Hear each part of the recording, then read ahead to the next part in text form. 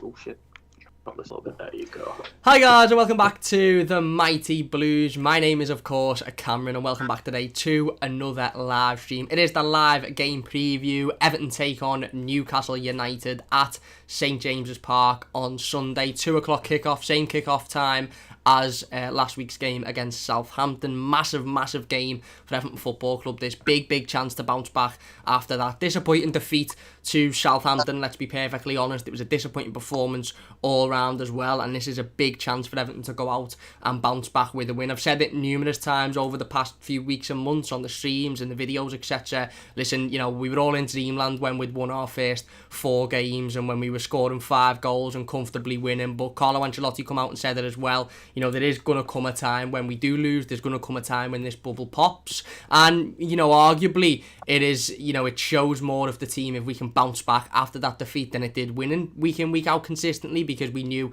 we weren't going to be able to keep that up. No team can keep that up. So this is a big chance for us to go out there and really show that, even when we do get put down, even when we do get beaten, even when we do put in a bad performance, we can come back the next week and we can put in a much better performance and win the game of football. We need to be winning this game on Sunday. We drew the Merseyside derby to Liverpool, which isn't the worst result in the grand scheme of things. The defeat last week to Southampton. We play Manchester United next week, and this would be a big chance to go into that Manchester United game again full of confidence, again with the momentum, and again obviously on a winning streak, or the start of a winning streak at least. We are joined by Callum today. Big thanks to Callum for joining us. Callum done the instant match reaction after the Southampton game. It was a brilliant video, so big thanks to Callum. He'll be definitely featuring more on the channel in the future, hopefully on Sunday as well after this game. Hopefully it's a much more positive one for us to discuss. So big thanks to Callum for joining us. His Twitter is in the description down below, so you can go and check Callum out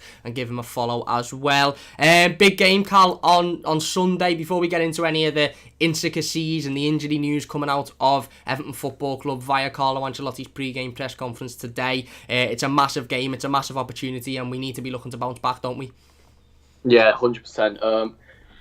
Every team's going to lose, You're not ever going to have another Invincibles team, really. It was expected, and against a side like Southampton, at their ground, a good team, high press, they put the pressure on us the entire game, and without Richarlison, it really showed, that attack wasn't really able to keep up. Richarlison's another cog in that machine that kept Calvert-Lewin on form with Hammers, It was natural that we were going to have this bounce back in form eventually. But, Newcastle, like we were talking about before, they're a team that, sit back for 90 minutes. So it's a team that, we really don't have to worry about rushing at us and causing us trouble like Southampton did. Yeah, no, absolutely spot on. You're right. They play a completely different style. And don't get me wrong, we struggled massively against Southampton last week. And that was because they come out and they set their stall out very quickly. They controlled the game.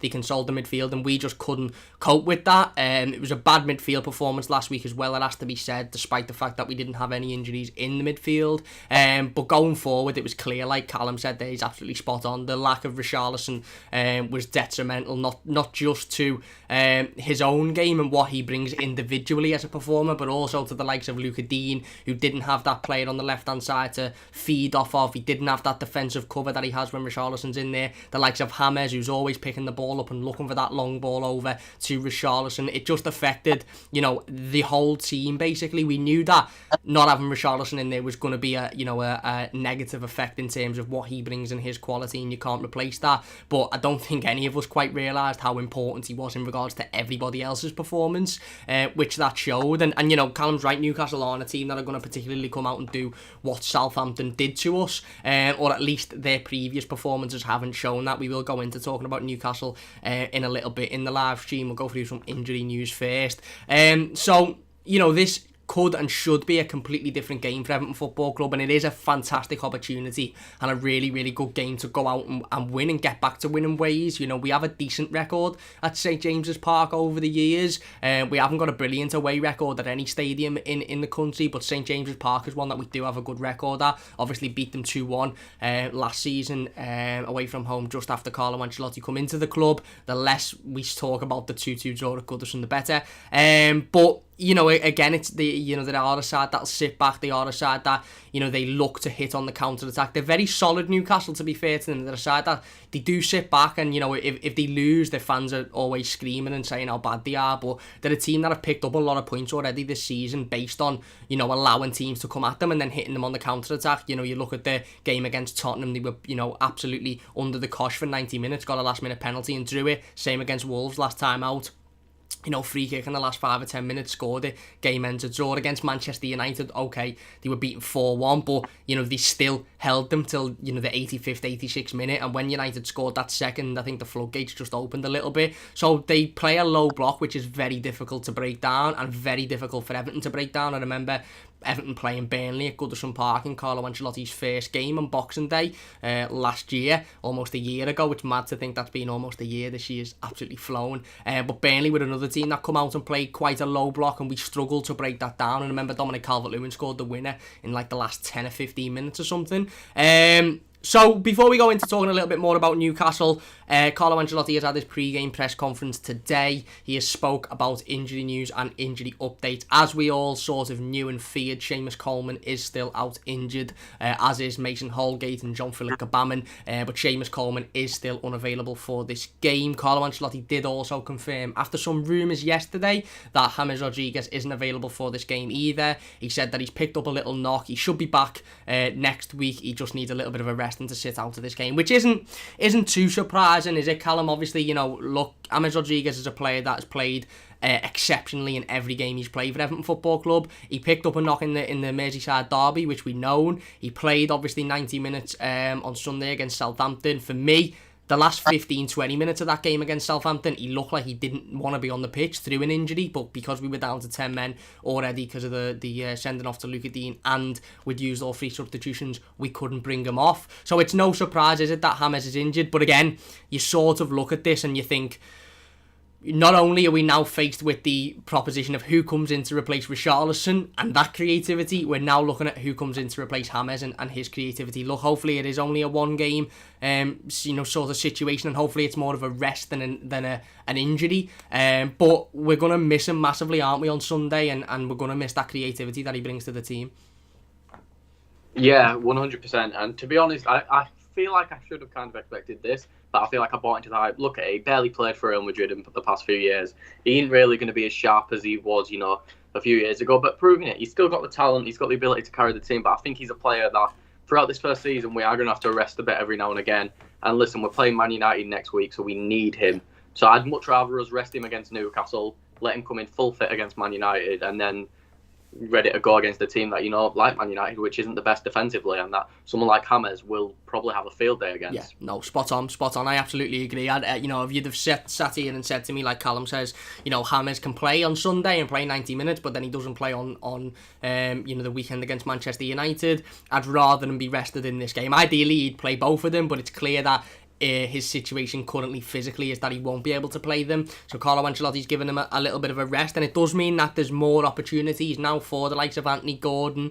I'm sure we'll talk about Gylfi Sigurdsson, Bernard, Iwobi a little bit later on in the stream as well. But the title of this live stream is Anthony Gordon Must Start, and for me, Anthony Gordon absolutely has to start this game. He had to start even when we thought James Rodriguez, was fit to play this game. Now that we know James is out as well as Richarlison, for me, there's no excuses to why Anthony Gordon shouldn't start this game. Carlo did talk about Anthony Gordon today. Listen, he was asked a direct question, pretty much light as day. Will Anthony Gordon start on Sunday? And he said, look, his direct quote was, look, for me, it's not necessarily about the starting 11 and who starts. It's about whoever plays, whether it be you starting or whether it be you coming on for the last 10 minutes. It's about whoever plays makes the most of that time that they're on the pitch, whether they're on for 90, whether they're on for 7, whether they're on for 10. He said Anthony's got a brilliant attitude. He loves his personality and the fact that he keeps coming to him and knocking on his door and asking to start. And he said that, Anthony will be given his chance at some point, whether it be off the bench or starting, and hopefully, he can take that. James Rodriguez's injury, just for a little bit of more of an update. I don't want to go too much into it, but it is a testicle injury. So make of that what you will. I'm sure there's a lot of people in the live streams, in the live comments. I'm sure there's a lot of Everton ladies all over social media who wouldn't mind tending to that one for James Rodriguez. But again, hopefully it is just a little sort of, uncomfortable issue for James, and hopefully he can bounce back against Manchester United. Other injury news: Jarrad Branthwaite and John Joe Kenny have both returned to fitness and will be available for Sunday's game against Newcastle. Carlo Ancelotti confirmed today that both defenders have been back in training for quite some time and are in contention of playing the game. So just a quick summary on injuries: James Rodriguez and Seamus Coleman are out injured. Obviously Richarlison and Luca Dean are both suspended, so they aren't in contention, and Jarrad Branthwaite and John Joe Kenny are back. So given that, you know, it's a massive chance to bounce back. Like we said, it's a big opportunity. We will go into our predicted starting 11s in a moment. We know, or we can hope, that Niles Nkunku will be given his opportunity. I know the Everton social media accounts have put up pictures of Niles Nkunku today and saying him with Anthony Gordon and looking like he's absolutely loving life, which is boss. And, you know, hopefully we do see a left-hand side which is full of raw talent and raw ambition and raw energy with Nkunku and Anthony Gordon in there. I mentioned this yesterday. I done a live stream on the Toffee Blues, and we mentioned about having the left-hand side. And without going too much into our predicted starting 11s, because we will do that shortly, do you think that there's a big chance that Carlo Ancelotti will start both Nkunku and Gordon together? For me, I'd love it. I want it to happen. I think it should happen. The assumption is Niles Nkunku will start unless he puts Fabian Delph at left back, but I can't see that happening because we've got a natural left back there. My hope is that Anthony Gordon would start as well. My fear is that Carlo might look at that and think that's a little bit of an inexperienced left-hand side against the side that, look, we sit here and talk about Newcastle's low block and the fact that they sit back for a lot, but Steve Bruce might be looking at this going, this is an Everton team without 4 of their main players, 3 of them being their creative players who create every chance for them. Go out and get at them. Don't sit back and low block. Go out and get at them. So, would you like to see Gordon and Nkunku in the same team from the start? Are you confident that that could happen, or are you a little bit like me? Do you think that Carlo might look at that and think that's a bit inexperienced and maybe, you know, start one of them, probably Nkunku, with the view to bringing the other one off the bench at some point? Yeah, 100%. Listen, I think every Everton fan wants Gordon and Nkunku.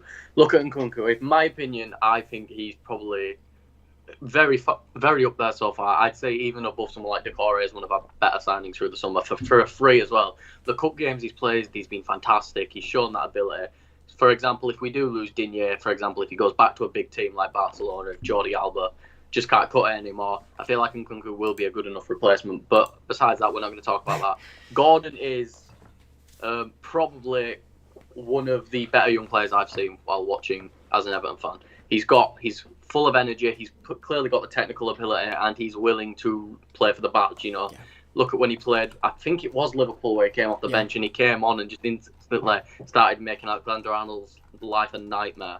I think he beat him like 2 or 3 times, and then it's just, even when he came on against Southampton, instantly it seemed like the game changed, but it was just too late for us. But I think it would be a good idea, and as we won't get into our starting 11s, as you said, but I talked about a little idea with you beforehand what we could do. But I feel like let's just go for it, you know. Let's give these young players a chance, because as Carlo said, it's about the entire squad. Look at Carlo's other clubs where he's done well. Chelsea, Real, AC Milan, all incredibly deep squads. And yeah, we don't have the pocket that those clubs do, but it shows that you need that depth in a Carlo Ancelotti squad to be able to win. And if this is going to be a little project for Carlo, where maybe this year is the first seed and then it's next year's the title run, we need to get that depth ready, so players like Gordon and Nkunku and Branthwaite need chances to be a part of that depth. I agree, absolutely spot on. Completely agree with everything you've said. I think one thing you mentioned there, and one thing that I think is really important to touch on, is that Nkunku and Anthony Gordon both bring a raw quality about them. They bring a raw passion, they bring a raw energy, a raw intensity. And look, I don't want to sit here on this live stream or any other live stream and you know, completely rip Alex Iwobi to bits or Gylfi Sigurdsson to bits or Bernard. The reality of the situation for those 3 players is, for me, they're not good enough. They had an opportunity. Iwobi had 45 minutes against Southampton, as did Bernard. Gylfi Sigurdsson had a little bit more. The 3 of them never took that opportunity. They had a brilliant opportunity to say to Carlo Ancelotti, look, in Iwobi and Bernard's case, look, even when Richarlison's back to fitness, I'm here. I'm knocking on the door. I still should be in and around this team. And, you know, Gylfi Sigurdsson had a big opportunity to say to Carlo, look, Andre Gomez isn't in great form, so I'm here. I'm going to step in. And neither of them really done anything anything of note. You know, Gylfi Sigurdsson hit the bar in the first 15 minutes, but other than that, he didn't do anything of note. And I think, yes, there is a massive risk in playing Nkunku and Anthony Gordon on the same side and starting them, because again, I do think that invites Newcastle to do a little bit of what Southampton done potentially with Ben Godfrey and look and go, that's an inexperienced side, attack down that side. But I also think that rawness and that inexperience in a way brings a level of confidence in those players where they're going to snap that opportunity up. It's not going to be a performance where, put it this way, if Anthony Gordon starts on Sunday, you're not going to see him walking around thinking, oh, you know what, I can't be bothered here, or I'm not getting any chances here. You're going to see him busting his bollock off. You're going to see him fighting for every ball, getting back, picking the ball up, trying to create as many opportunities as he can, because he is going to understand that Carlo Ancelotti has given him this opportunity that he has been asking for months. I've said it numerous times over the last couple of weeks or so. Anthony Gordon knocked on Carlo Ancelotti's door a couple of months back and asked him why he isn't getting the chances, why he isn't getting the opportunities. Now, Anthony Gordon will have been looking at that point, and he won't have been sitting there thinking, I should be starting week in, week out here, because he'll have been looking at that Everton team that were winning every week, scoring goals consistently and going, well, let's be honest, I'm not going to get in there over Richarlison, who's one of the best young players in the world. I'm not going to get in there over James, who is, an absolute icon in football and a fantastic player. So we'd have been knocking on Carlo Ancelotti's door thinking, right, okay, I know I'm not going to get in now, and I accept that, which is why his attitude has stayed fantastic and he stayed calm and collective in training. But he'll have been thinking, but when my chance comes, when one of these players picks up an injury or a suspension, which is what's happening now, I want to take that opportunity. And if Anthony Gordon doesn't get given that chance, he probably is going to sit back and go, well, actually, I accepted it when Richarlison and James Rodriguez were playing freely week in, week out because of the quality they have. I'm not accepting it with Alex Iwobi or Sigurdsson or Bernard because they're not showing any more than what I can bring. And I think if you do play those two players down that left-hand side, yes, it's an experience, yes, it's raw, yes, it's a risk, but it's a risk that could massively pay off for Everton because those players will be wanting to make a standpoint on the team. They'll be wanting to make a good impression. They'll be wanting to show Carlo Ancelotti what they can bring. And listen, I also think in Anthony Gordon's sort of situation, and I want to ask you about this, Callum, because I'm really, really interested in what you have to think about this. I also think taking away Iwobi and Sigurdsson and Bernard's performances and the fact that they haven't taken their opportunities, I think that Anthony Gordon is a more natural replacement for Richarlison. I think he is more like Richarlison than any of the others. I think Bernard is too lightweight. I think, yes, okay, he's good with his feet, but he's not creative enough, he's not direct enough. I think Iwobi's a central midfielder. I think Gylfi Sigurdsson's a central midfielder. Whereas I think Anthony Gordon, don't get me wrong, I'm not saying Anthony Gordon's as good as Richarlison or, better than Richarlison, but what I'm saying is when he gets the ball, he knows what he wants to do. He's direct, his work rate's fantastic, he gets back, he helps Luca Dean out, he's brilliant in doing that, which is more of what Richarlison brings than what any of the others bring when replacing Richarlison. Do you agree with me there? Do you think that taking away the ability and the fact that Anthony Gordon's a young player with a lot of heart and who wants to impress, just on the baseline and looking at it as again, like I said, as a base sort of situation, do you agree with me? Do you think Anthony Gordon is more the most likely replacement for Richarlison in terms of like for like qualities? Yeah, I've never heard that before, but the more and more you said it, and I was just sat thinking as you spoke, I can see it now that you've said it. And the thing is as well, we rejected, what was it, 75, 85, I forget the thing, for Richarlison. Well, yeah, it was reported that they bid 85 million or something like that. But again, I don't know. We don't know whether it was just Sky or whether it was an actual bid. But we will get bids for Richarlison within the next year. Yeah, so here's the thing. Let's just say Richarlison wants to go to Barcelona. Let's say after this season, if he was 85 when they last bid for him, he's 100 after this season. So let's say in this hypothetical world we're able to get 100 million from Barcelona. Why go out and buy a winger when we've got Gordon, who, like you said, is a good enough replacement? And, I don't want to talk about losing Richarlison because I feel like he will be the cornerstone of us winning a title if it ever happens. But, even if it happens, we've got someone like Anthony Gordon who's willing to work. And, he might not be the best player on the pitch, but he's going to probably work the hardest on the pitch. And that's something where, it's players in the past has proven, Everton have always got this thing where we always seem to have this one young English player that seems to just be, he's up next. We had Jack Rodwell, Ross Barkley, John Stones, Calvert-Lewin. We always seem to be able to find this young English talent and we get the best out of them by how hard they work. Look at when they leave. What happened to Jack Rodwell after he left Everton? What happened to John Stones? Ross Barkley's having a bit of a career turnaround now, but that's in a similar side to our old Everton sides in that Aston Villa side. It's quite interesting to see that now, in my opinion, we've got a group of them in Branthwaite, Gordon, even someone who might not get enough attention like Gibson, who's on loan at Reading, or Sims, who had a great game for the under-23s quite recently. We've got all this young English talent, and Anthony Gordon is the cream of the crop of that talent. And he needs more opportunities, or let's face it, someone will eventually come in for him and steal him, just like what's happened to us in the past. So we need to take advantage of his abilities now while we have a chance. I agree, absolutely spot on. I keep saying no, it's not no that I don't agree with you. I don't know why me general response is just no. No, I absolutely agree, 100%. You're spot on. Again, like I said before, like you've just mentioned, Anthony Gordon will be content with the fact that Richarlison is ahead of him, because he will know that Richarlison is one of the best young players in world football. He won't be content with Iwobi ahead of him or Bernard, and he has to be given these opportunities. The last thing we want as Evertonians, and I know that there's a track record and there is of players leaving Everton and not doing well, but the last thing we'd like is Anthony Gordon to leave and tear it up in a Premier League team that's not Everton, because we hadn't given the right amount of opportunities. And what you want to do with Anthony Gordon is say to him, right, okay, when we've got our fully fit side and Richarlison's back and James is back, you're not going to be starting every game, you're not going to be playing week in, week out, but you will be coming off the bench in those games, and we expect you to make an impact. We expect you to turn the game around if need be. We expect you to, when you're given that chance, to take it. And I think he'll be happy with that, because he'll know ultimately, like you've just mentioned there, that there's going to be times when he starts games, there's going to be times when maybe players leave or move on, and he is then the next in line, and he comes in to replace them. I don't see a negative outcome for Anthony Gordon on Sunday starting. I really don't. The only thing that he mightn't be able to create an awful lot of chances if we have another poor game like we did against Southampton. But I don't see an outcome in which Anthony Gordon doesn't work hard. I don't see an outcome in which Anthony Gordon doesn't get back and defend. I don't see an outcome in which Anthony Gordon isn't confident in picking the ball up. You are only going to get benefits from starting him on Sunday.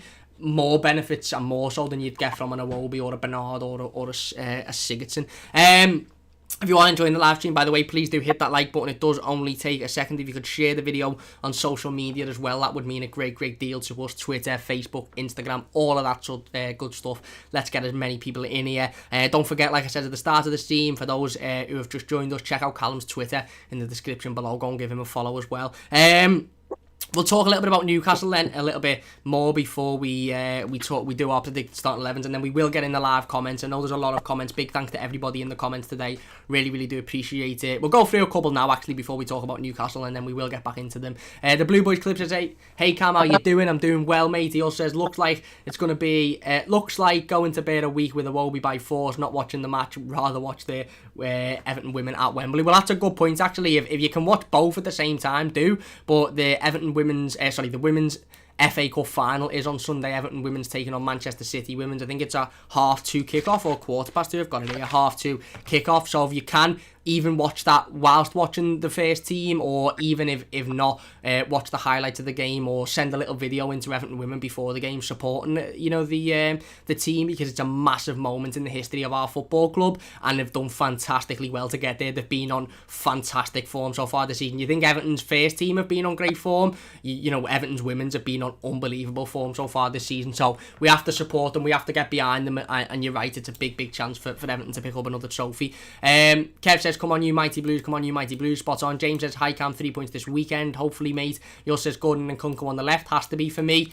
Well, Everton have put up 3 pictures today on their social medias, and this is just me being the type of person that looks at these things and goes, oh, that might be a clue. It mightn't be a clue. I wouldn't be surprised. Well, I would be surprised because it'd be an awful decision. But if Fabian Delphin and Iwobi started on the left on Sunday, I wouldn't be looking at that going. But Everton put pictures up on Twitter on Friday. But they've put 3 pictures up today of Nkunku and Anthony Gordon together and celebrating and laughing and smiling. So make of that what you will. William says it's going to be a long day. We have no James, Richie or Dean, and Newcastle are bored and just got to stop St. Maximum. Well, we're going to talk about Maximum in a minute.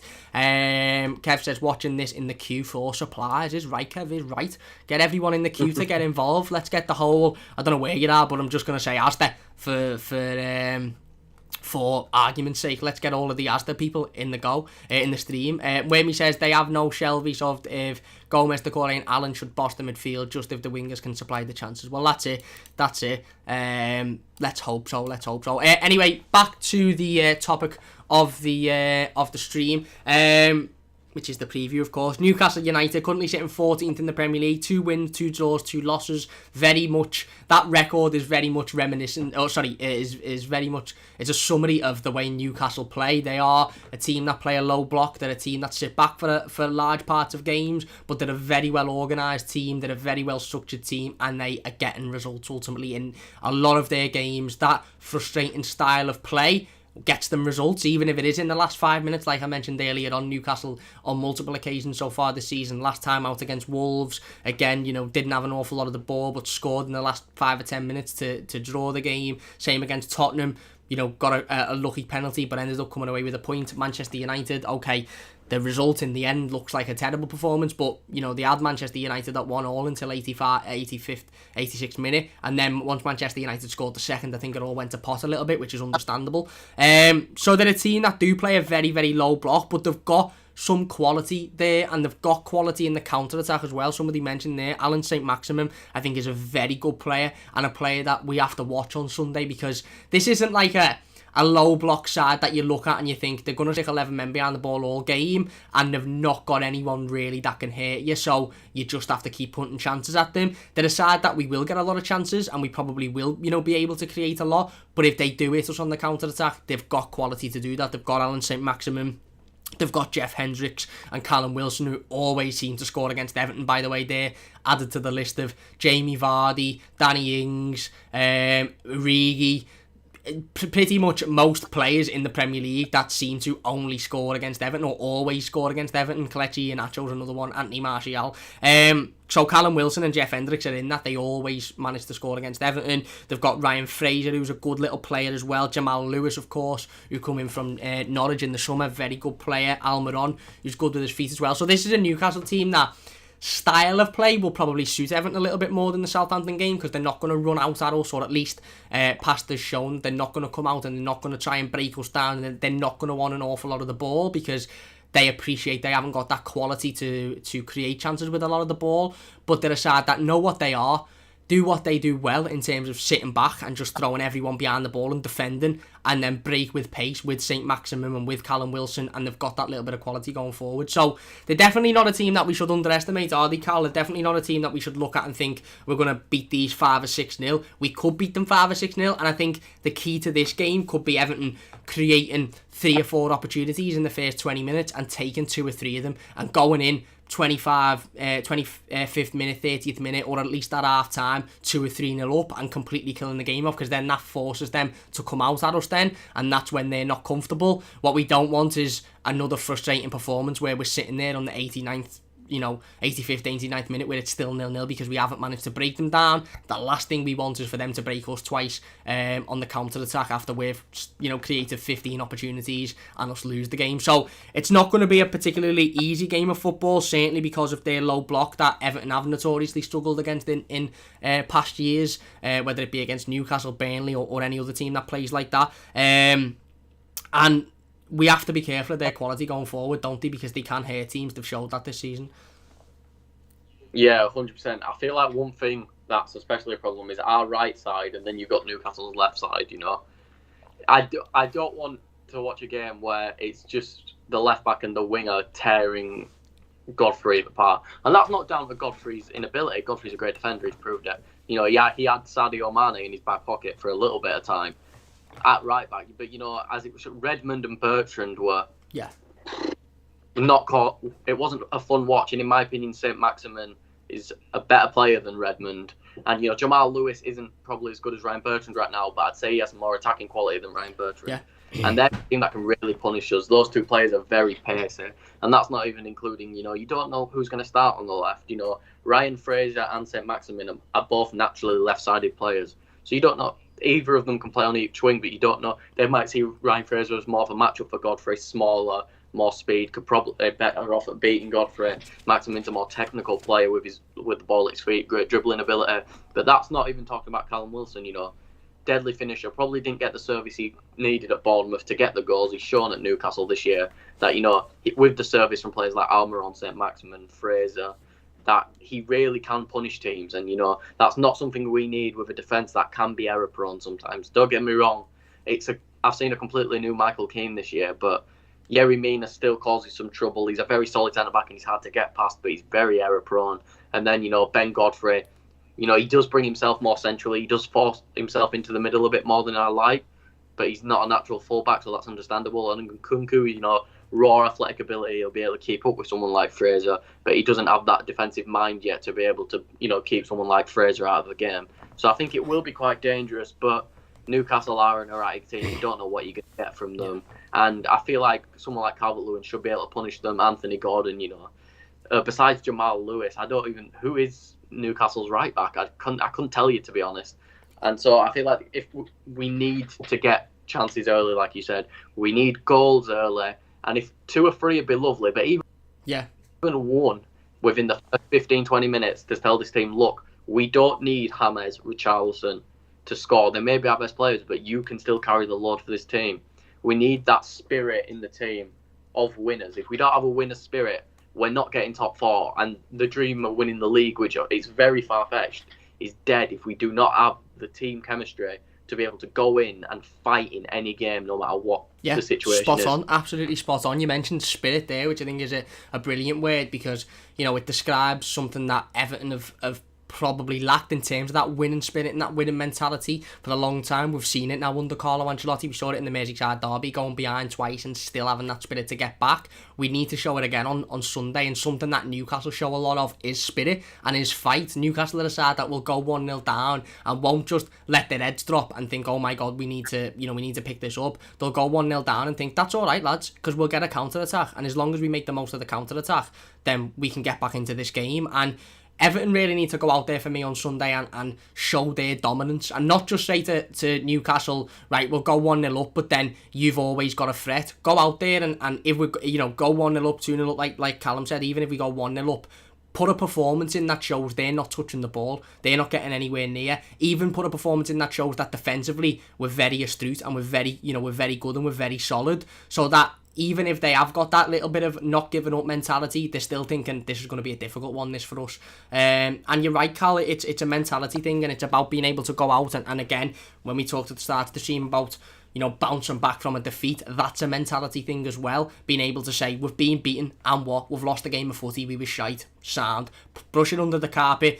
Again, name me a team other than the Arsenal team in and I know it's not, that's easy to say, no other team's gone invincible, but name me a side that hasn't put in a bad performance recently in football at all. Manchester City were beaten heavily at times last season. Liverpool beaten heavily at times, even towards the back end of last season. This season, teams get beat. It's not necessarily about losing. It's about how you react in the following game. And you're right, Newcastle are a team that will do a lot of sitting back and will give us a lot of the ball, and we have to make the most of that. Dominic Calvert-Lewin, you're spot on, has to make the most of that. He has to go out, and if he's getting 3 opportunities, he's scoring 2 of them. None of this, he didn't quite make connection with the ball, or he's missed a one-on-one. The last thing we need is for any of that. I want to be sitting there, and if Everton have created 3, I want at least 2 goals, ideally 3 goals. But you're spot on. If we can go, as long as if we're 1-0 up in the first 20 minutes, as long as we're showing that mentality that we're going to go out and get more, and right, we've scored 1 now, onto the second, onto the third, and that we can stay solid and stay compact, then I think this could be a very, very positive game for us. This is probably, I don't want to say the best game for us to bounce back in, but it certainly is one of the best games, because we're going to have a lot of the ball, and I think we do okay with a lot of the ball. I think we're good on the counter-attack, but I think when we're given the ball and when we're not sloppy with it, we genuinely do okay. Southampton were a team that didn't allow us any of the ball, and that's why we struggled. Same in the Merseyside derby. Liverpool didn't allow us much of the ball, and we massively struggled there. So we'll go into our predicted starting 11 then. You mentioned Ben Godfrey at right back. I've got a feeling we've gone for a little bit of a different sort of defensive line there, but I assume when you talk about Ben Godfrey, I actually, although I haven't heard what you're going to say, I think I probably would agree with your point. But we'll go straight into it. We'll do the back line, and I'll do my back line, you do your back line. We'll talk about it. Midfield, same, and forward line, same. And then we will get back into the live comments, of course, because we're always getting back in the live comments. If you're not enjoying, like I said, leave a like. We are live. Get your thoughts in the live comments. Let me know what you have to think about everything that we're talking about. Drop the live stream a like, share it. Obviously, subscribe to the channel as well. Really appreciate that. Check out Cal. So my back line, I've gone for Jordan Pickford in goal. Expect a big performance from Jordan Pickford. Look, I know there's a couple of comments in the live comments about the current situation regarding him. That's still ongoing. 2 weeks later, and media outlets and media companies are still talking about that challenge. It's becoming boring now. Jordan's supposedly had to hire personal security for outside his home in order to, because he doesn't feel safe in his own home. His wife's been threatened, his child has been threatened, 2 people who've got nothing to do with Everton or the Merseyside derby whatsoever, and yet Sky Sports are still interviewing Liverpool players about the challenge. For me, Liverpool are as much to blame as the media now, because it's like every time it quietens down a little bit on the media front, it's like it's like they send out another player to do a cry-arse interview about how they haven't been able to sleep and they haven't been eating properly, and then it gets all brought back up again into the world, and that's just not good for Jordan whatsoever. But Jordan showed last week that he seemed to have put that behind him. He put in a decent performance. I don't think he was at fault for any of the goals, and he done okay. It's not necessarily the game that I look forward to seeing Jordan in the Newcastle game, certainly away from home, because the crowd do seem to have a massive effect on him. But obviously there's no crowd now. It's behind closed doors. There's no crowd. I think Jordan should be going out there and just getting his head down and putting in a good performance. And to be fair, he did that towards the back end of last season against Newcastle. Towards the back end the back end of the season, just after Christmas against Newcastle away from home. He put in a solid performance. He didn't let the crowd get to him. Obviously, there's no crowd now, so I expect Jordan to start and I expect him to play well. Back line, I've gone for Nkunku at left back. Like we mentioned, the only other option I could see is maybe Fabian Delph coming in, but I'm not for that, to be honest. I'm not for that. I'd rather have a young left back in there who hasn't got much Premier League experience, who is raw, than have a midfielder in there who probably can play left back, and has shown that he can play left back. But what's the point when you've got a young left back there who needs to be given that chance? It might go wrong, it might, but that's why you'd have someone like Fabian Delph on the bench to bring on if Nkunku does end up having a stinker, which I don't think he will. I think he's going to take his opportunity. I think he'll snap it with both hands, and he'll show not only defensively that hopefully he can put in a solid performance, but also going forward that he's got that raw talent that he's showed so far in the Carabao Cup games. I've gone for Michael Keane and Yerry Mina at centre back. I've seen a couple of people do their predicted starting 11 and favoured starting 11s on Twitter and the social medias, and they put Godfrey in over Yerry Mina. I just don't think Carlo would do it. Obviously, we'll talk about right back in a second, but in terms of centre-back, I just don't think Carlo Ancelotti would do it. I think he'd keep Yerry Mina in there over Ben Godfrey, just because I think he might take Ben out now, certainly in regards to centre-back, and think, right, okay, you got a little bit exposed last week, you struggled, and it wasn't all down to Ben Godfrey. It was obviously down to the fact that he just lacked support massively.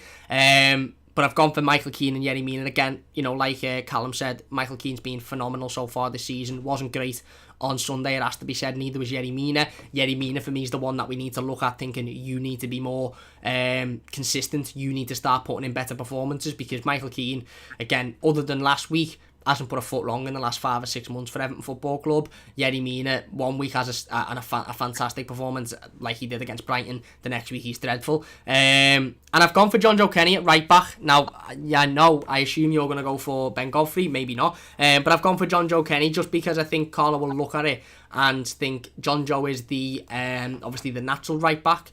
And I also think he sees John Joe Kenny as the natural replacement to Seamus Coleman as well. Obviously, we saw Godfrey in there last week because John Joe wasn't fit. But I think I'll look at this a little bit and think if John Joe doesn't start this game and Carlo prefers a centre-back who was a little bit exposed at right-back last week over him, then I don't see a future for John Joe Kenny, and I have to look and think, where's he going with his career at Everton? So I just think he'll be given the chance. I think he'll be put in there. But I wouldn't be surprised if Godfrey was put in there, because I do agree that with the pace and the ruthlessness of Newcastle's attack, in terms of when they get it and they're going forward, they tend to do well. I just think that Ben Godfrey may put up with that better than John Joe Kenny would. But obviously John Joe Kenny is the natural replacement. So there's my back four and goalkeeper. What are yours, mate, and what are your thoughts, and who have you thrown in there? Right, so obviously in goal we've got Jordan Pickford. Listen, right, it's been a ridiculous situation, but I think a lot of this is a thing of we need to be the bigger club, the bigger fans of this, and just listen, let it happen. This stuff about Pickford having a higher security and stuff is ridiculous. Listen, it was an accident, and I saw a Twitter conversation. It's a bit of a random thing to bring up, but like people saying that he intentionally injured Van Dijk, for him to and saying he intentionally tore his ACL. Listen, I don't know that Pickford secretly was like a martial arts expert and could secretly dive in and perfectly injure. It was a stupid tackle. I do think Pickford should have probably been red carded for it. But in the end, he didn't mean to hurt Van Dijk. I think even Van Dijk knows he didn't mean it. And then all this stupid stuff like the Depay one. I sat on open Twitter and when I saw Depay, when he scored, lift his shirt saying Van Dijk, like, he hasn't been in a car crash. He hasn't died. He'll be back next season. And yeah, ACL tears are always a bad injury. But to be honest, nowadays in football, those things are treatable. Most people can have an ACL tear and come back from it, especially a centre-back. You know, I just think Liverpool don't like it because they're not going back-to-back now, personally, in my opinion. They've lost key parts, especially after losing stuff like Fabinho. But listen, Liverpool fans and Sky Sports and everything, just get over it. It happened and it was an accident and it's something we need to move on from. It's been 2 weeks now. It's getting ridiculous. Spot on. Right. And then at left back, it's got to be Nkunku. Listen, Fabian Delph did impress at left back under Guardiola, but this isn't a Guardiola system. This is a Carlo Ancelotti system. Nkunku needs the Premier League experience, as we've spoke about, and this is the perfect time to give him it. See, and then this is centre back is where it differs. I have what I think Carlo's going to do and what I want Carlo to do. Give us both.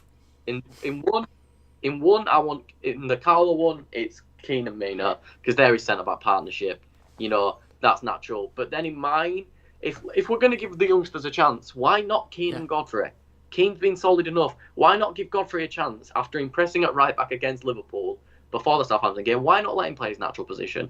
This isn't Carlo saying, you're not good enough, Yerry Mina. This is Carlo saying, here's a warning, Mina. If Godfrey goes out there and plays well tonight, you need to step your game up. And then I was thinking about Godfrey at right back. And then, you know, this might be my bad, but I completely forgot Kenny had been cleared. So my problem is with Kenny is you don't know what you're going to get with him. As shown at Schalke when they first came back, Christ, they were conceding goals. And, you know, I think there was one game where Kenny was at fault for like 2 or 3 of them. And I sat there and I was like, he's going to come back to us and he might start because Coleman's getting up there. And I just watched it and I was like, but whenever he was in an Everton shirt, he seemed to impress. Not in a Schalke shirt in a completely different country. In an Everton shirt, he's impressed. So I am going to change what I predicted at first, and I am in both teams going to have John Joe Kenny at right back. Fair enough. I think you bring a spot on point. By the way, I'm not sold on John Joe Kenny. Look, if I'm going to be brutally honest, I don't think John Joe Kenny's the answer. I don't think John Joe Kenny. I think, listen, on the ball, he's a decent footballer. Going forward, he doesn't get an awful lot of assists, but he is very Seamus Coleman-like. You can tell he's been working with Seamus Coleman and building a lot of his career off Seamus Coleman in regards to how he gets up the pitch and how he attacks. I think John Joe Kenny's biggest issue is positional-wise. Like you mentioned there, that Schalke situation, they did leak an awful lot of goals. And I remember watching Schalke last season, and I only watched them a couple of times during the lockdown because they were just awful. But there was one specific game, I think it's the one you're thinking of, where John Joe Kenny kept his man on side, but he was like 10-15 yards out of the rest of the defensive line, and if he was with the defensive line, the lad would have been miles off and it wouldn't have been a goal. But because he was so far out, he left his man on, and the lad went on and scored. So I agree with you. Look, I think he's a good player. I just think positional wise he needs to improve massively, and look, again, this is another big opportunity for John Joe Kenny. Seamus Coleman has been one of our best players so far this season, and a player that I think we all look at and think, right, when you're fit, you're starting over John Joe Kenny. I don't think John Joe gets a look in, so when Seamus is fit, so John Joe Kenny has to go out for me and has to impress and has to show that he can keep his positional sense, and he's not going to run out and be rash, and he can still get forward and he can still create. It's the defensive work for John Joe Kenny. Look, if John Joe puts in a 10 out of 10 defensive performance but doesn't get forward on Sunday, I'll be happy with that because that shows improvements. But the last thing you want is John Joe getting forward and putting in 6 crosses, us not making anything of them 6 crosses, but then us conceding 3 because he's miles out of position. I actually agree with the Godfrey comment you made as well. Let's not forget, Jared Branthwaite's back fit as well. Carlo Ancelotti confirmed today. Jared Branthwaite's back to fitness, who of course was fantastic towards the back end of last season. So you're spot on, mate. Yerry Mina is on thin ice in regards to putting in these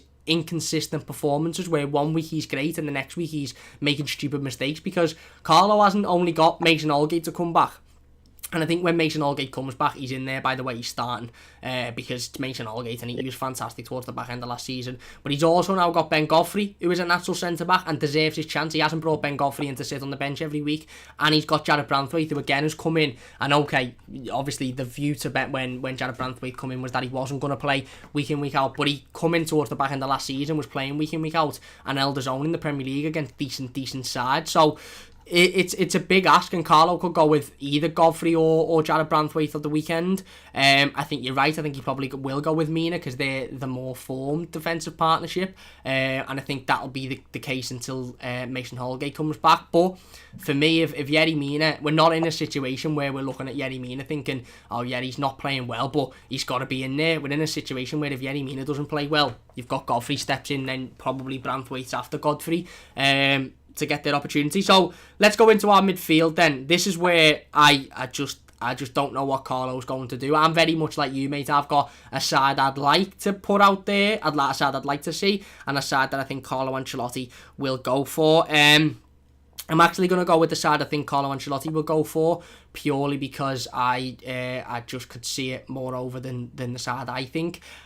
Formation's a big thing for this game. Obviously with the injuries and with James and Richarlison both being out, and those wingers being ripped to bits, there's a lot of conversation being ripped apart. There's a lot of conversation that Carlo might change the formation. He might go with a 4-2-3-1. He might go with another 4-4-2 in terms of, well, I don't know who'd play up front with Dom. He might go for 5 at the back and have Godfrey in there as well as Mina and Keane. There's a lot of discussion.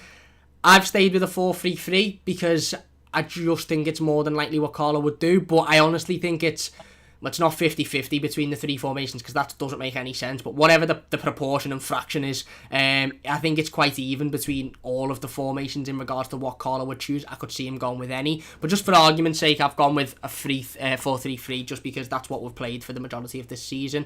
I've gone with Decore, Alan and Fabian Delph in the middle of the park. I just don't think Gomez performed good enough against Liverpool. Okay, he's had a week out and that might benefit him, but I just don't think he was good enough. And then Decore and Allen, look, Decore needs to improve and Allen needs to improve based off of the performance against Southampton. He's been fantastic, Allen, so far, but against Liverpool he looked like he struggled. He looked like he was carrying a knock, and against Southampton he struggled as well. Same with Decore. Decore's come out and said, you haven't seen the best of me yet, and I believe that, because I just think that he, again, sometimes he's sloppy in possession, sometimes he's not covering places that he needs to cover. Ultimately, whoever plays in that midfield, Carl, whether it be Gomez, Delph, Sigurdsson, Decore, Alan, they need to improve because they weren't good enough against Liverpool, certainly not in the first half, and they weren't good enough against Southampton. So I've gone for a 4-3-3 purely because I could see him playing a different formation, but I just don't know. I really don't know. But who have you gone for in the midfield then? And have you changed formation, or have you gone for the same formation? I was considering between a 4-2-3-1 and a 4-3-3, but what I've decided is I think we're going to stick with Carlo's 4-3-3. It's got us results. Yeah, maybe not against Southampton. And listen, I count 2-2 against Liverpool as a result.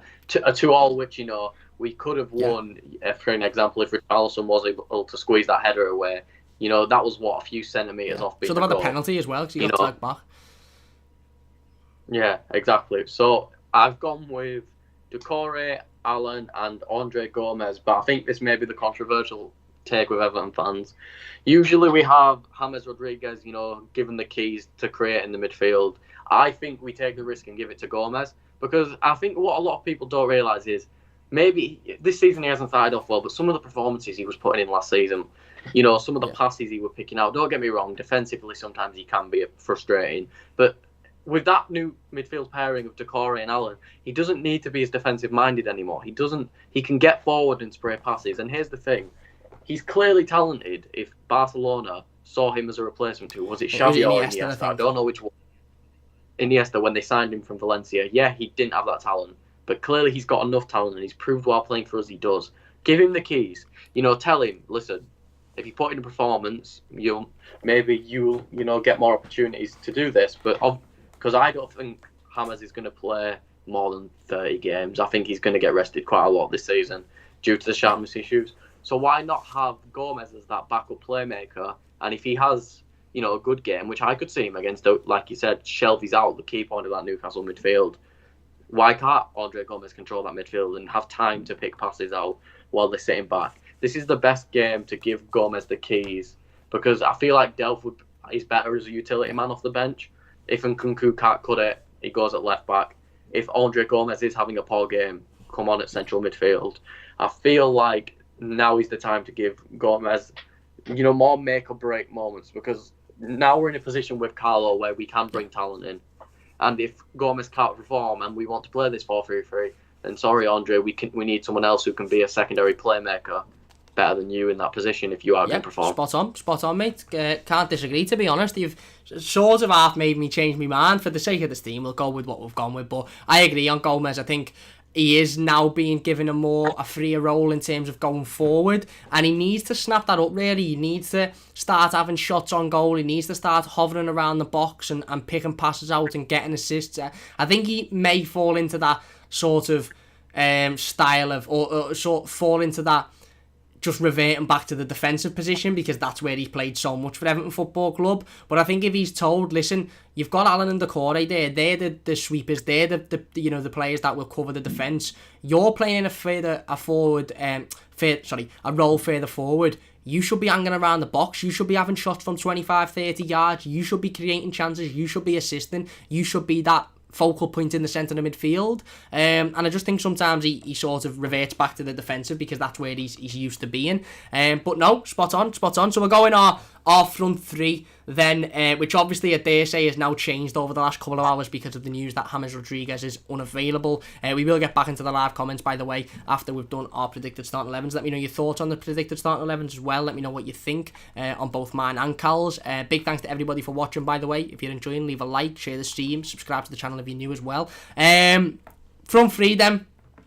I've gone with what I think Carlo will go for. Well, it's sort of half what I think Carlo will go for and half what I want to go for. I've gone for Gordon on the left. I put it as the title of this live stream. Anthony Gordon must start. For me, like we mentioned before, that raw ability, that raw energy, that raw passion, that intensity that he brings is unmatched. And Alex Iwobi isn't going to match that. And I'm probably going to, you'll see in a moment why I'm probably being a bit of a hypocrite here, but Gylfi Sigurdsson won't match that either. So I've gone for Anthony Gordon. I think it's he needs to be in there. He needs to be given a chance. He deserves it. The others, Bernard, Iwobi, have had their opportunity and haven't taken it whatsoever. So for me, Anthony Gordon goes in there. Again, it's an inexperienced left hand side, but I'm not really too fussed about that because it's a left hand side that, okay, it could go wrong, but it could go very, very right as well with their, like I said, their raw talent and their raw ambition. And they're fearless.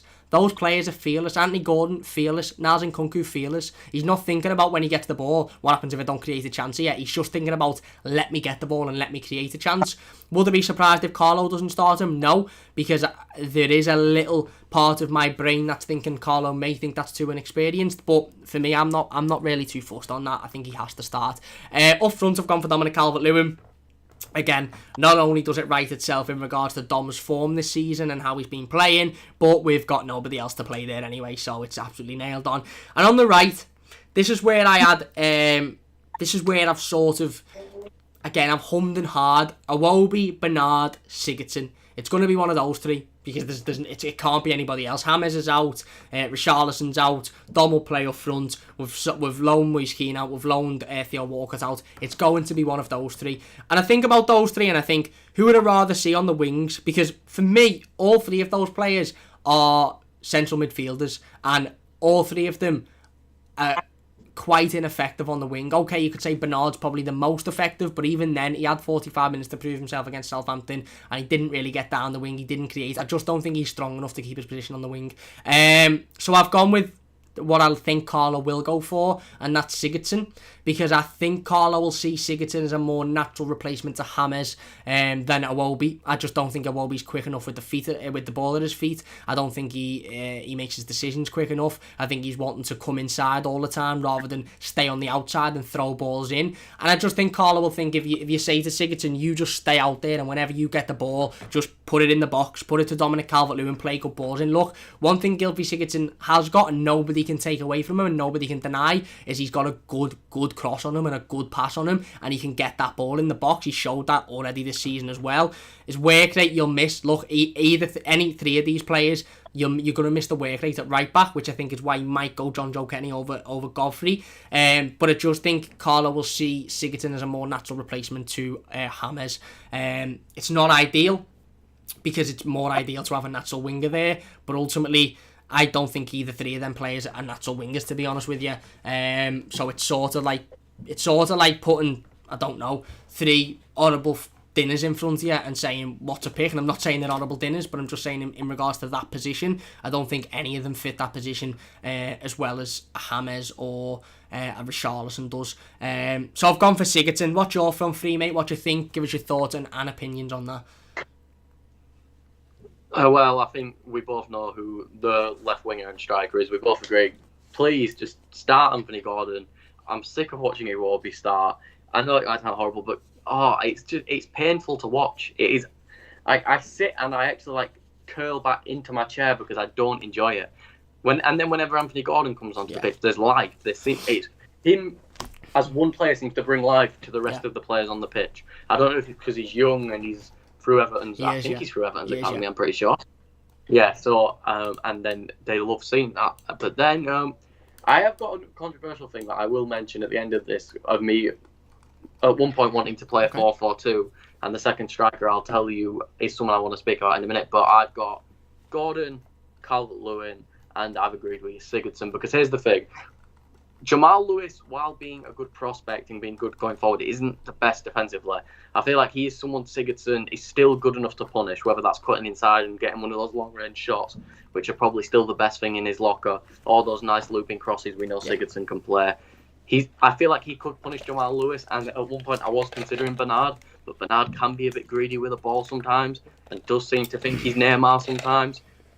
Just not something I want to experience. So I think it's got to be Gordon, Calvert-Lewin, and Sigurdsson. Fair enough. Front. And you mentioned there a little bit of a change of formation. If we were to play a 4-4-2, what are you thinking about the second striker then? What would you... I think I know what you're going to say, and I actually agree with you, but go on, fire away, let's see. Right, I want to know what the people in the live comments think about this as well. But I think his first name's Ellis, so I'm going to call him Ellis. It's Ellis Sims from the under-23s. Listen, if we're going to play the young players, and Carlo still thinks we can win, why not go all out? I swear he scored 40-something for the under-18s. He got 2 or 3 against Man United. Why not give him a chance? He was on the bench. I don't know if it was the very first game of this season or the last game of last season. It was one of them, and he didn't come on. And I was sat there for the full 90 minutes. Please bring him on. Please bring him on. Because from everything I've heard, he's fantastic. And listen, and he might be a bit, like I said, I haven't had a chance to watch him a lot because it's Everton under-23s. It's quite hard to get a look in the under-23s. But why not try something new? Carlo could find his backup striker, which we don't have. I think pretty sure it was a stream or a video about Calvert-Lewin being our only striking option. Why not give someone a chance? We've loaned Moise Kean out, and I mean, it's typical Everton. Moise Kean goes and scores 4 in 2 games for PSG, but that's PSG. But, why not try something different? So I want the 4-3-3, and that because I do want 3 points, but I wouldn't be against him giving someone like Sims a chance, even off the bench. It's something exciting for Everton fans for a dull game where we're missing all our exciting players. Yeah, spot on. You've built a really, really good point up, and I think now certainly with the injuries, I think we may possibly see Ellis Sims on the bench at the very, very least on Sunday. Again, he is very raw. Again, he's got a lot of talent. Like Callum mentioned, his record at under-18 level was ridiculous. He's doing well in the under-23s. Obviously, he's not the finished article. He's not the finished product. But he's at that age now, 19 years old, where you sort of do have to have that Premier League experience, or you do have to at least be, whether it be going out on loan or have the view and a plan of his future. And that's absolutely fine. If Everton come out and said, look, Ellis Sims hasn't been in the starting 11 because his plan is he's going to stay here till January, he's going to go out to a top-level championship team, and then he'll be in the team in the first team squad next season, I'd be happy with that. But I agree, I think whilst we have got no backup striker, and he is the next best thing, what harm does it do at least throwing him on the bench? And in a game where, I'm not saying we will be 4 or 5-0 up on Sunday, but let's just say going back, the game against West Brom, 5-2 up, 15-20 minutes to go. Game against Brighton, 4-2 up. Why not throw him on and say, 10 minutes, see what you can do. But we will have to wait and see. There you go. There's our predicted starting 11s. Let me know your thoughts on them in the comment section down below. Let me know your thoughts in the live comments. Like Callum said, let us know your thoughts on the Ellis Sims situation as well. We will get into the live comments now before we finish up and summarise. Jason says, just Aaron Klopp on Sky giving it the poor us, and Alisson on about Van Dijk. Don't they realise they're boring people? Yeah, they're fueling this agenda now. I wasn't against Liverpool in this situation initially because I thought it was a lot of the media just cry arson because it's their favourite team, but now with the interviews I think they're just as much to blame, the club. James says, joke what they are saying about Pickford in the club shouldn't be allowed. Well, hopefully I would like to think and I would like to hope that the club are seeking some legal action behind the scenes regarding it, certainly regarding the defamation of character for Jordan, and as long as that's happening, it doesn't need to be public. The club don't need to come out and say we're doing this, we're doing that, just as long as something's happening behind the scenes. Wahimi says, James' balls are too big. Well, yeah, there you go. They are, to be fair, I've never seen them, so I can't really comment. But Wahimi says, if we can free up and conquer, we could cause problems. He certainly can. James says, with a better club, we will rise above it, but it's not right. Like Cal said, spot on. That's about the Pickford stuff. He also says he is awesome in Conquer with Gordon. They bossed it when they played together. They do. They seem to have a real good connection, and that's another thing about those pitches. Again, before anybody says, it's just a couple of pitches from training, I understand that, but in those pitches, they were smiling, they were happy, they were hugging each other, they look made up, they seem like they've got a good connection and a good chemistry, which is really important to have. If you've got two players on the left-hand side or on the right-hand side or anywhere in the pitch, even if they've got raw ability, they've got raw talent, they haven't got a lot of experience, if they've got that chemistry, then they will automatically play, better than two players without that chemistry, even if there's a difference in quality. Wimmy says, let them be hypocrites. Let them be crying hypocrites. He also says they didn't mind when Laporte being injured helped them win the league. You're spot on. We'll move away from the Van Dijk situation now because we've spoke about it a lot. Phil's in the chat. He says, hi everyone. Wimmy says, hi Phil, how you doing, mate? Wimmy says, it's Newcastle. If they aren't good enough to play Newcastle, what are they going to play? Why are they good? Who are they good enough for? Fair enough. Jason says, I heard Ollie and Pep moan about not being able to use 5 substitutions in the Premier League, another way of the big clubs not wanting their way. Well, listen, everyone voted against it, and ultimately 5 substitutions is boss if you're Man City and you've got 5 really good players to bring off the bench. 5 substitutions isn't boss if you're not Manchester City and you've got, you haven't got 5 top class players to bring off the bench. Why is it fair that Manchester City should be getting battered in a game of football and then bring on Bernardo Silva, Sterling, Fernan Torres, man's gone blank, Kevin De Bruyne and Gabriel Jesus, and completely change the game of football when the rule of football is 3 substitutions at most. But I'm not surprised that they're moaning about it.